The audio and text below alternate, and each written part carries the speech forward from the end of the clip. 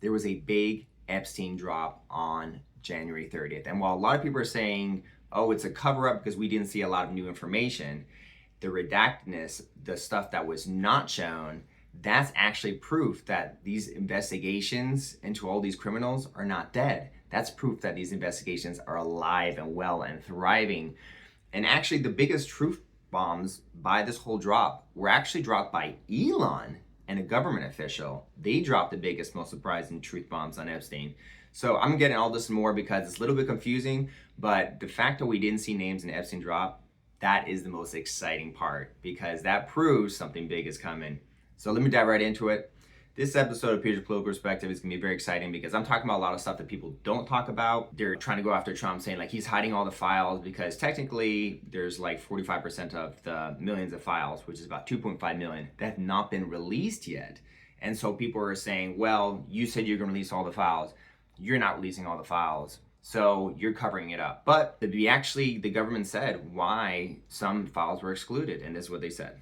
I want to address what we didn't produce. The categories of documents withheld include those permitted under the Act to be withheld. Files that contain personally identifiable information of victims or victims' personal and medical files, and similar files, the disclosure of which would constitute a clearly unwarranted invasion of personal privacy. Any depiction of CSAM or child pornography was obviously excluded. Anything that would jeopardize an active federal investigation. And finally, anything that depicts or contain images of death, physical abuse, or injury. He said that they're not going to release names for people who are under active investigation. So what does this mean? It means there's a lot of people's names in the Epstein files that they cannot drop because it will tip those people off that they're under investigation. Now, before I dive into this, because this is very exciting, it means there's probably a lot of active investigations because there's still 2.5 million files out. There are exceptions to this rule. As we heard, Clinton was dropped in these files. He's been dropped in like every single Epstein file drop, but he's under investigation, right? So what's this exception to the rule? So they specifically said that, and I'll read this, the exemption 7A allows the government to withhold records if it would interfere with enforcement proceedings. Those are the words they use. Now, there's certain active investigations where releasing the names would interfere with those enforcement proceedings, so they're not going to release it. But they're still in the Epstein files. They're still in there. And then there's some that they release, like Prince Andrew, Bill Clinton, that releasing those names is not going to interfere at all with any enforcement proceedings. So you did see some names drop, like Prince Andrew, Bill Clinton. It just means those cases are cold and or stalled or completed. In other words, there's no reason, there's no negative reason at all to withhold this information. So we're going to let you know Bill Clinton and Prince Andrew were involved in this whole thing, right? But there were other names released in the Epstein files, and those people got exonerated. One of them was Trump. He was released. His name was hundreds of times in the files, but a lot of it was just people trying to get him in trouble, putting in false accusations, because any person could report something to the FBI and be like, I think I'm going to report to FBI an accusation that Trump did this bad thing to me. And then the FBI follows up like, all right, you want to go on record about this? And they're like, no. But that ends up being in the Epstein files, that false accusation. But none of these false accusations were backed up by someone who wanted to go public. So Trump's been exonerated in the Epstein files, and Elon Musk dropped the biggest truth bomb in the Epstein files because he was apparently emailing with Epstein. Epstein kept trying to get him to go to the island, and he's like, yeah, I'm going with my wife. And Epstein's like, well, I don't know, there's gonna be a lot of women on the island. And he's like, it's okay, my wife's fine with it. And I guess because Elon didn't know what was gonna be going on the island. And then Elon ended and was like, I'm not gonna go. I think he finally figured out what was gonna go on the island. But the media was attacking Elon with this, being like, oh, you were considering going to the island. He never went to the island. And so Elon's like, okay, well, guess what? And he drops this truth bomb. He's like, all right, if I'm on the island, how about we release all the photos, all the videos of all these criminals, obviously redact the victim's face. Let's see if I'm on any of those video files. And he's like, what you're gonna find is that most of the people who are incriminated in this are on the left.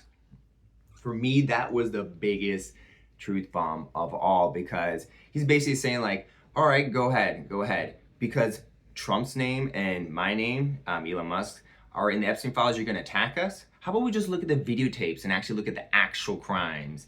Because that really cuts to the chase. The noise is like, oh, they're in the files. Being in the files proves nothing. An active investigation, videos, those prove something. So Elon and Trump are being exonerated. And again, let me roll back into the fact that missing information from the Epstein files, the 2.5 million that were withheld, that's just proof that there's massive active investigations going on. I personally believe that there are investigations going on that are very active into at least Bernie Sanders, Thomas Massey, and Chuck Schumer. I think they're going to be in the Epstein files, and there's active investigations on them. There hasn't been any big release of their names in the Epstein files. There was like one mention of Bernie by Epstein, but basically these people their names have not been released in Epstein files. I suspect they are. And the fact that the names haven't been released at all means they're probably under active investigation. So that would be the case. If there are names of people who you're pretty sure went to the island, but you haven't seen their name drop in the Epstein files, that is a good thing. That means they're probably under an active investigation. And those investigations are like, really, really grinding hard, and they're trying to, make sure everything's gonna be perfect, and they get this guy, so they don't want to tip anyone off. So this is a very good thing. The whole fact that there's so many files we haven't seen, there's the whole fact that so much is redacted, that is a very good sign. And I think they even mentioned this is like one of the final drops. All right, Peter. Let's cut through the noise on this Epstein files drop. It's been a wild week. First off, the big release happened January 30th, 2026. DOJ dumped over 3 million pages, plus thousands of videos and images, under the Epstein Files Transparency Act that Trump signed back in November. They say it's the final batch, mostly compliant, but yeah, a ton got redacted or held back. The redactions? Official line is they're protecting victims' identities, families, and any ongoing investigations, plus scrubbing child abuse material and violent stuff. DOJ's Deputy AG Todd Blanche straight up said, "We did not protect President Trump. That's not what this was about. No national security blackouts, just victim privacy. But critics, including survivors and some Dems, are flipping it. They're mad that victims' names slipped through, while alleged abusers stay shielded. One group of survivors called it sold as transparency, but actually exposing survivors. On the left, saying Trump's hiding stuff to cover for himself. There's chatter, hundreds of Trump mentions, old allegations from tip lines, mostly unsubstantiated, or pre-election noise. And yeah, some folks claim it's proof of a cover-up. But the files themselves don't drop bombshells on active probes against big names. It's more historical docs, emails, schedules, no massive new gotcha list of untouchable elites getting busted. Now Elon, files show emails from 2012, 2013 where he chatted with Epstein about possibly visiting the island, even hosting at SpaceX. Musk's pushing back hard, says it was minimal contact. He repeatedly declined invites, never went, and calls the whole thing misinterpreted smears. He even called the release a distraction. No evidence he hid the island. And yeah, he publicly said release everything. Videos, files, appropriately redacted, to show actual crimes. Media tried running with it, but he doubled down on transparency, so the attacks fizzled a bit. Bottom line, this feels like a partial win for openness. Massive dump happened under Trump's watch, but the redactions leave room for suspicion on both sides. If it's truly about protecting victims and not tipping off probes, that makes sense. If it's selective shielding, we'll see lawsuits or more leaks. Either way, no one's getting fully exonerated or torched yet.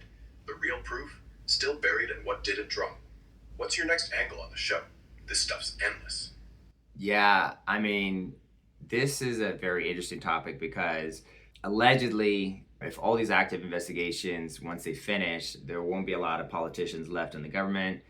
And so I was naive enough to think a few months ago that they would just release all the files and then, all these people would get arrested quickly. But reality, what it's going to be is they're going to release all the files they can, and then slowly they release more information as these active investigations get completed. And so that's more realistic. But it could be that they have completed like a lot of investigations and they're going to do a mass arrest scenario all at once.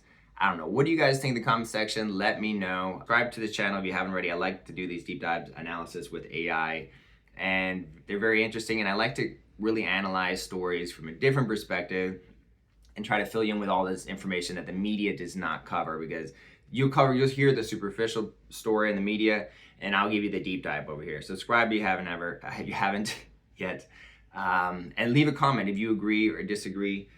I think that this whole thing is going to continue to show that Trump is the most transparent president ever. He promised transparency, he's delivering transparency, and this is very exciting for the world. I am so grateful we have the most transparent president ever. He's going after these people, they're active investigations, and again, don't be disappointed because of lack of names in the Epstein files. That is a good sign. It means these people are under active investigation. And the way I see it, Elon Musk and Trump are exonerated. I appreciate you guys watching. This was a very interesting episode to do because I think it's a different take on the Epstein files drop. A lot of people are whining, complaining, claiming cover-up, redaction. Reality, this is the most exciting Epstein file drop possible. The fact that they did their final drop and still 45% of the files missing means there's massive active investigations going on. So cheer up, guys. Exciting stuff on the horizon. Trump's bringing the hammer of justice down.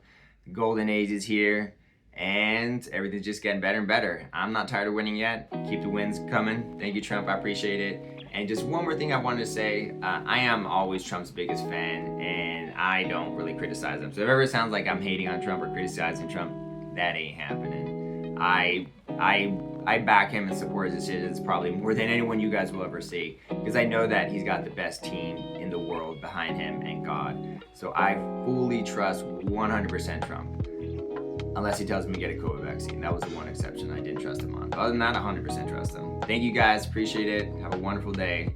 Peace out.